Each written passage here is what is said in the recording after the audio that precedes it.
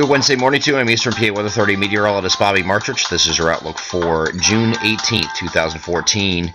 And today we have another very hot day, probably the hottest day of this entire mini heat wave, if you will. You're going to have the temperatures, they're going to be soaring over 90 degrees over a very large area once again.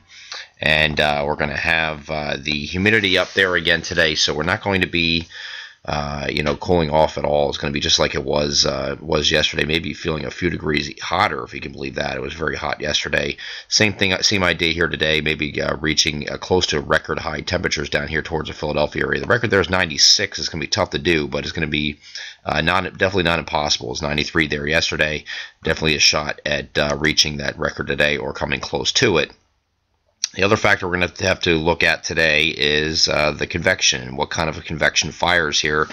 And right now the models are kind of doing a backtracking. It looked like a couple days ago we were looking at a pretty good severe weather day here on Wednesday, and today most of the day doesn't look like it's going to, most of the day looks like it's just going to be partly cloudy and hot just about everywhere. We're looking at convection starting to come in later in the evening now.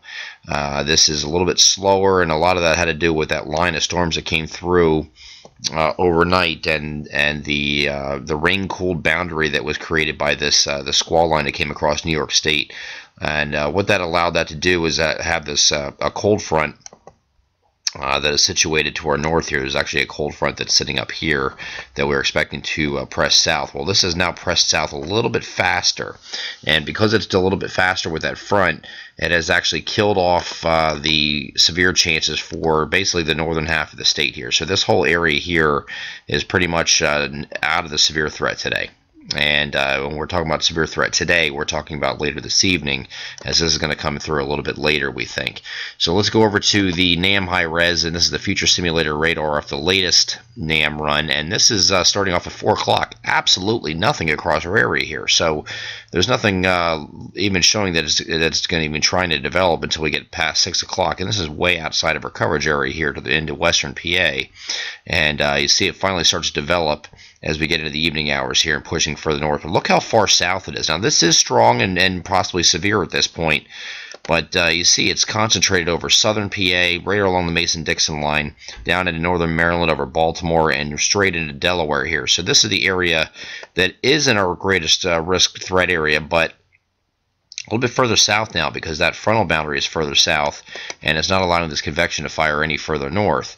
So this is just taking it, giving Delaware a pretty good pounding here with severe storms, and then getting eventually into clipping it South Jersey, Cape May area here. So this is, definitely further south than we thought. And then, of course, we have some trailing convection here because it's going to come through in the overnight hours, and that would be for the rest of New Jersey. But really, areas up to the north here and even central areas are really going to get ripped off here if you're looking for severe weather, it looks like.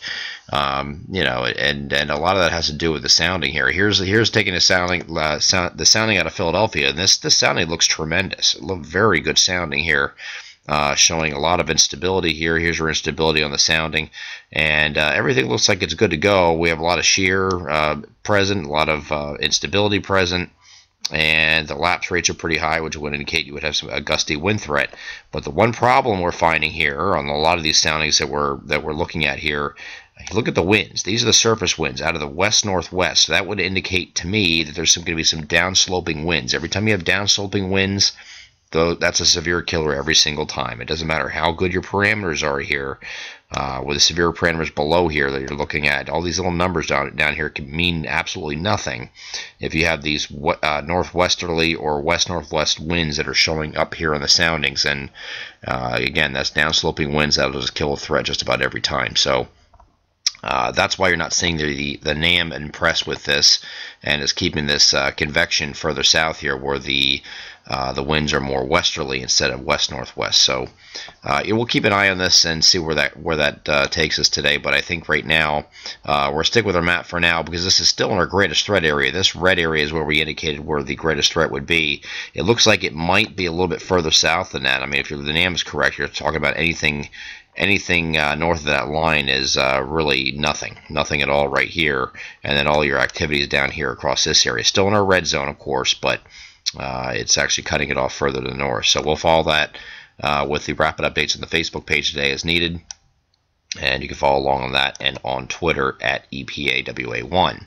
Here's a look at Thursday. Now, I do think that this there is going to be some showers and storms around early on Thursday, and then this front will actually move to the south here, and becoming partly sunny on Thursday in the afternoon. So it's just some early showers and thunderstorms here, and that moves to the south with this front. Clearly, in this image here, you can see where the front is.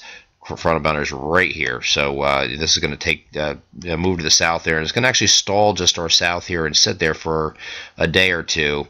As we get to Friday here, the front is actually going to be even further southwest. It's going to be down here like this, so our entire coverage area is going to be in the clear on Friday. Very nice day on Friday we're looking at, and then going a little bit further in time here.